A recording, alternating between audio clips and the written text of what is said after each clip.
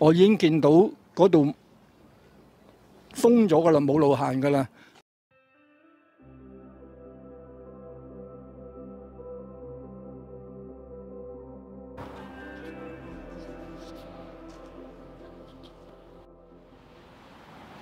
觀塘茶果嶺村依家開始清拆，咁所以我今日就專登入嚟呢度睇睇佢最新嘅情況係點樣。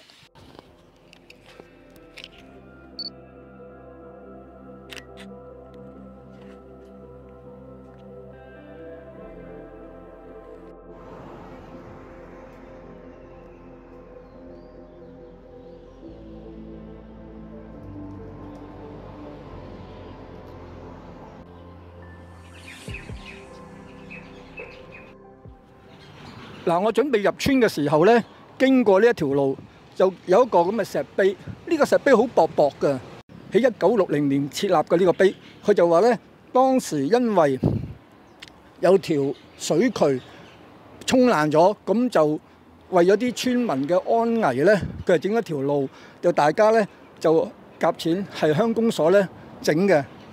咁呢，佢就整咗條路呢，就叫做人人路。咁呢條係人人路。隔離呢個呢，就茶果嶺道。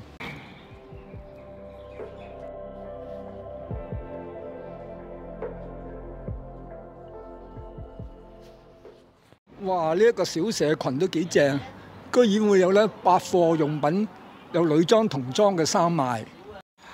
哇！有中國人嘅地方點能夠冇酒莊啊？所以呢度就有酒莊啊！嗱，我依家見到呢。呢度咧係一間咧冷氣工程公司，咁但係咧嗰啲鐵閘咧仲寫住咧就係一間藥行嚟嘅，即係話咧之前係間藥行，就俾咗間咧冷氣工程公司用，依家都要搬咯。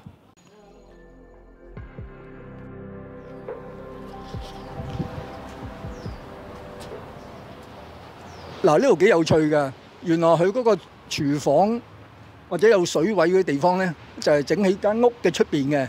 咁哇，搭得幾企理啊！哇，好開心啊！榮華冰室原來仲有開啊！嗱，大家把握機會啊，早啲嚟幫襯啊！我都入去食嘢先。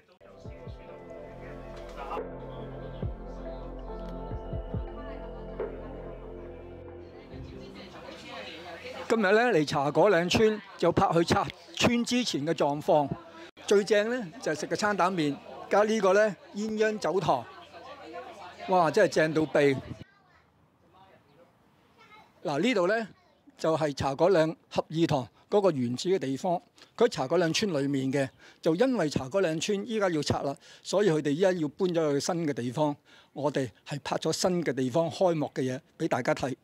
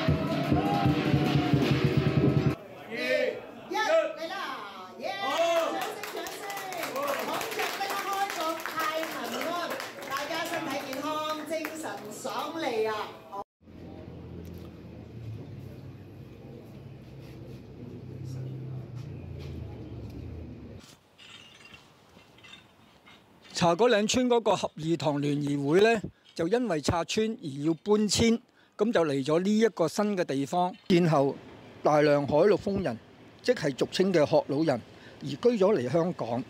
茶果嶺就係佢哋其中一個落腳點。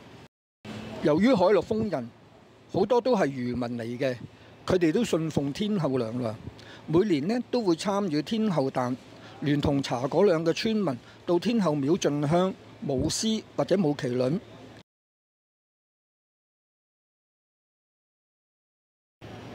於是70幾年前，住喺茶果嶺嘅一班海陸豐人就成立咗茶果嶺合義堂。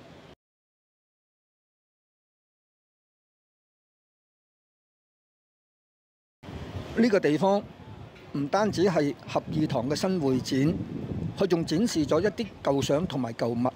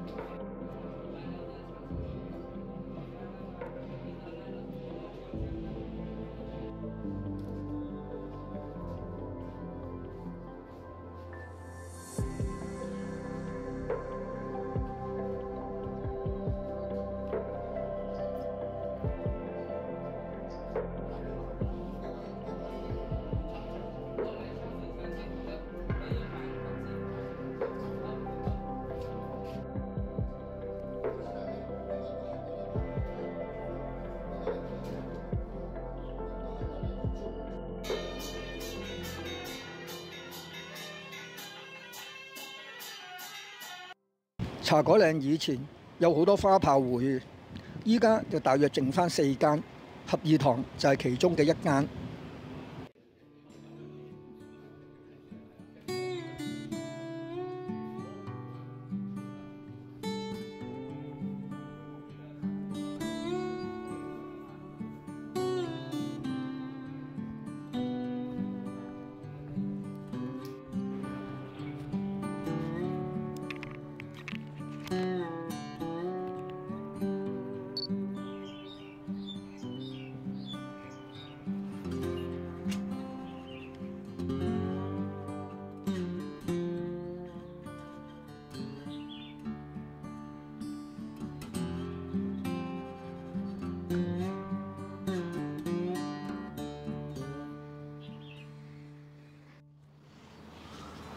過咗個回收場，喺個入口裏面呢，我哋就會經過一個叫德記盞士多。今日嚟到佢冇開啊！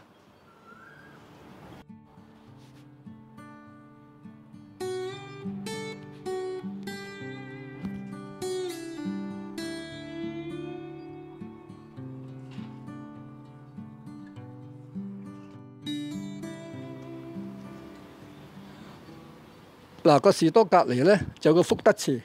乜嘢係福德祠呢？其實係土地公，正呢就喺路口就見㗎啦。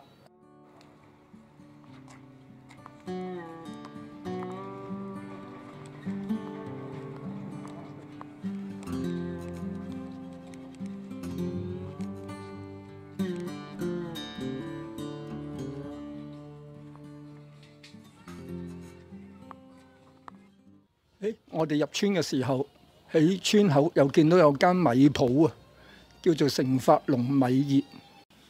雖然呢條村就快要拆晒，但近麗港城嗰邊都仲有啲人呢喺度住嘅。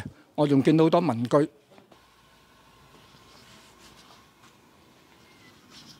嗱，呢度好正啊！呢條呢係茶果嶺大街，而唔係茶果嶺道啊嚇。係啊，呢啲有趣。同埋咧，原來佢哋嗰陣時咧，呢啲個嗱呢啲鐵閘咧好有趣嘅。佢每個鐵閘呢個頂咧都有自己嗰個鋪頭名嘅。譬如呢個真光商店啊，咁佢咧就會作翻咧新光商店嗰個招牌名喺度嘅。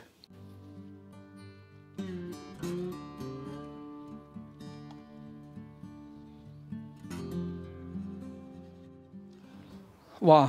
入到嚟呢舊村呢，就見翻好多呢啲寶物。嗱，例如見到啲樓梯呢，係用嗰啲水泥嚟做嘅，一條角上到去2樓嘅嚇。咁然後呢，另外就見到呢一隻鐵窗，呢隻鐵窗嚟嘅喎。咁嗰啲鐵窗咧，仲係個門鉸咧，即係摔門嗰啲咧，都仲係個手柄係好傳統，以前舊嗰啲，依家都唔用啦嚇。然後最有趣就係 pan 上2樓，我哋見到上邊咧嗰啲木窗，尤其是呢一隻，哇！呢一隻咧咁巨大嘅木製嘅窗，即係嗰種味道或者以前嗰種設計，唔係我哋依家最新而能夠見到嘅嘢。哇！呢石砌嘅牆已經靚仔啦，但原來一個轉彎嚟到呢度，見到呢一間呢，就係叫羅氏大屋。佢係呢條村除咗天后廟唔拆之外，係唯一一間唔拆嘅古蹟。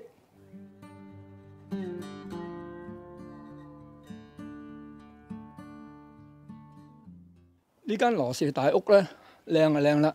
我唯一咧都唔拉佢嘅咧，就係呢啲窗就唔係以前嗰隻窗，佢改咗鐵窗，同間屋係唔配合嘅。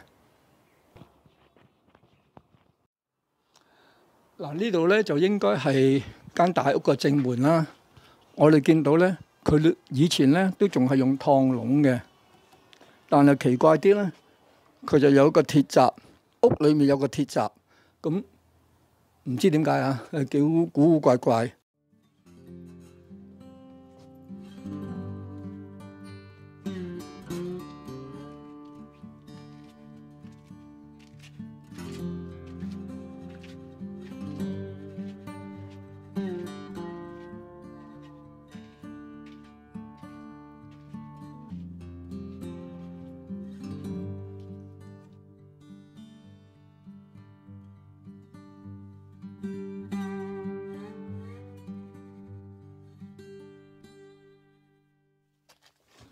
依家我入咗咧呢個羅氏大屋嘅2樓，睇到咧好明顯以前係曾經間過劏房噶啦，不過應該依家都搬走晒啦。仲有個石油氣爐，即係以前有好多人喺度住噶啦，好多蚊啊！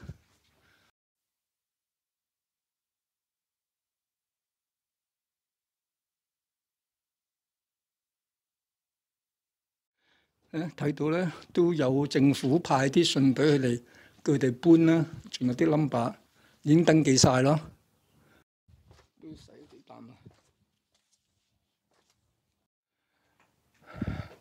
哇！見到有啲煮食嘅地方啦，都環境幾惡劣，同埋都幾危險嘅。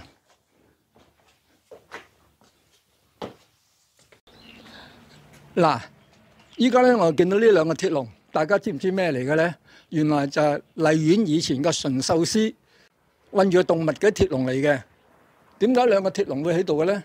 原來嗰個馴獸師咧就住喺呢條村嘅，咁可能要搬啊，或者佢地方擺唔到咧，所以就擺咗呢度啦。點解茶果嶺村咁多石屋嘅咧？原來呢度咧就有個花崗岩嘅石礦，所以佢哋咧好方便咁樣就搬咗石落嚟起屋咯。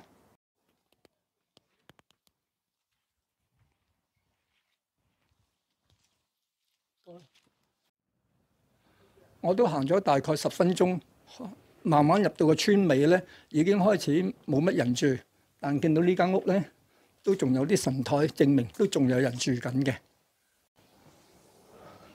嗱，嚟到呢度咧，我已經見到嗰度封咗噶啦，冇路行噶啦，即係話咧後邊近天后廟嗰邊咧就已經拆晒噶啦。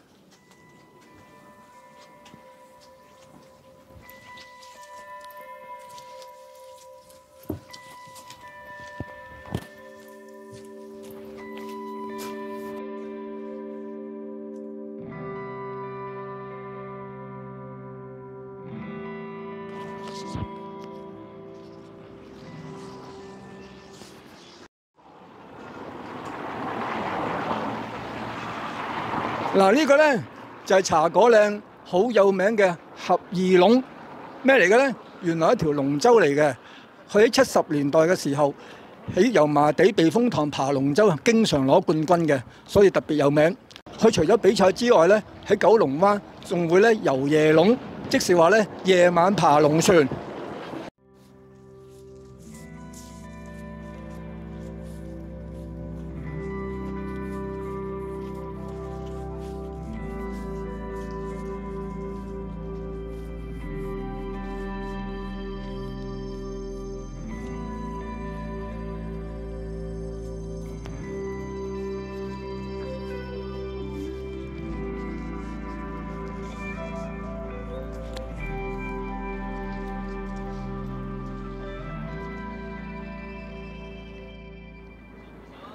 呢條龍舟咧就已經退役咗好耐㗎啦，佢依家就擠喺呢個龍舟棚裡面。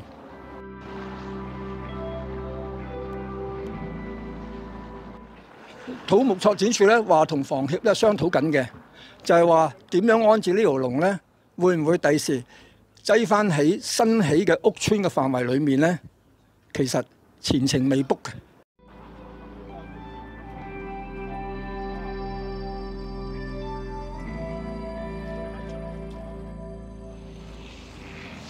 呢個鄉公所咧喺1956年嗰陣時落成嘅。當然鄉公所就係俾啲村民咧聚會啊、聯歡啊、聯誼嘅地方啦，同埋咧佢哋係街坊直理會開會嘅地方。佢仲有一個 function 好好嘅，佢每年老班先師誕，佢哋就會喺度派飯，造福社會，造福佢哋自己嘅人群。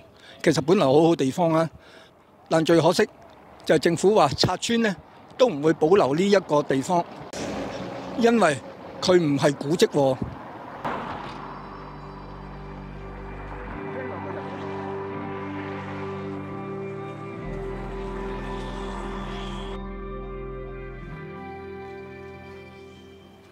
嗱，依家咧我就行去天后廟嗰段路，見到沿途咧都已經俾啲水馬咧圍咗噶啦，咁就證明裡面咧可能係拆緊，或者將會就拆噶啦。我入去睇睇啊！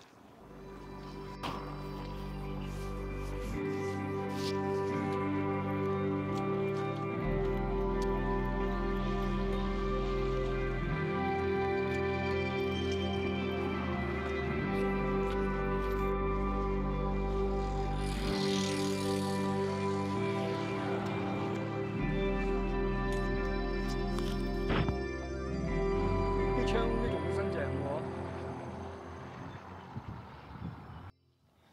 嗱，呢度封咗嘅地方咧，就係43學校嘅原址。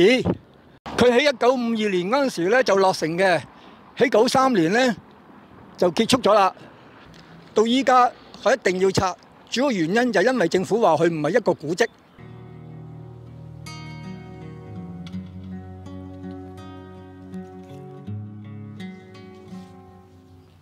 呢間天后廟咧係1948年嗰陣時落成嘅，佢原先咧就喺麗港城曬草灣嗰邊嘅，就因為嗰度咧起油庫，所以就搬咗過嚟呢一度。依家茶果嶺拆村咧就有2個建築物唔拆，佢係其中一個。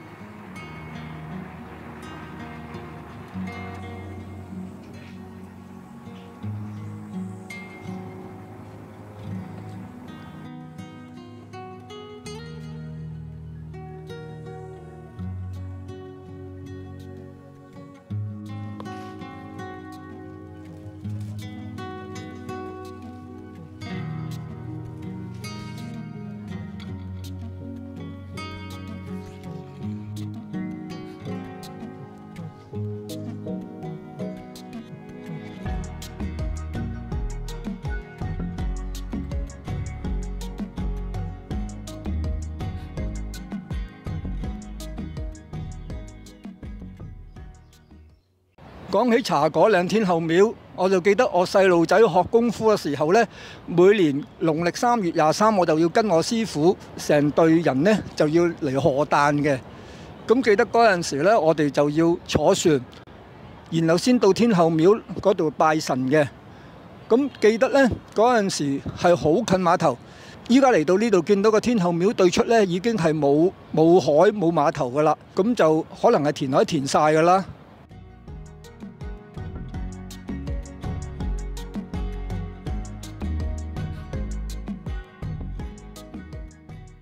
嚟緊嘅農曆3月23就係天后誕。今年嘅天后誕呢，係佢哋呢條村拆村之前最後一次嘅天后誕。啊嗱，見到旗海飄揚啦，咁就呢個天后宮嘅門口，就每年天后誕呢度應該呢就會好熱鬧嘅，好盛大咁去慶祝一個天后誕。雖然疫情之後呢度都會有人搞神功戲，但今年佢就要拆村啦。最後一年嘅天后誕，拆村之前最後一年嘅天后誕，佢哋話唔搞神功戲啦，真係好可惜，好可惜。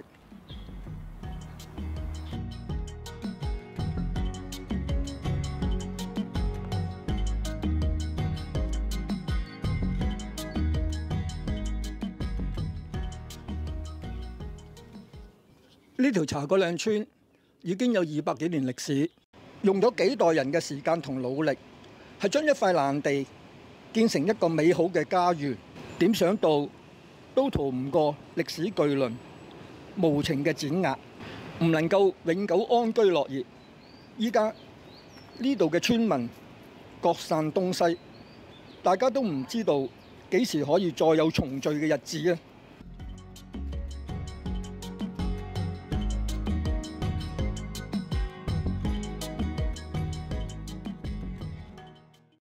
如果大家喜歡呢條片，記得訂閱同撳鐘仔啊！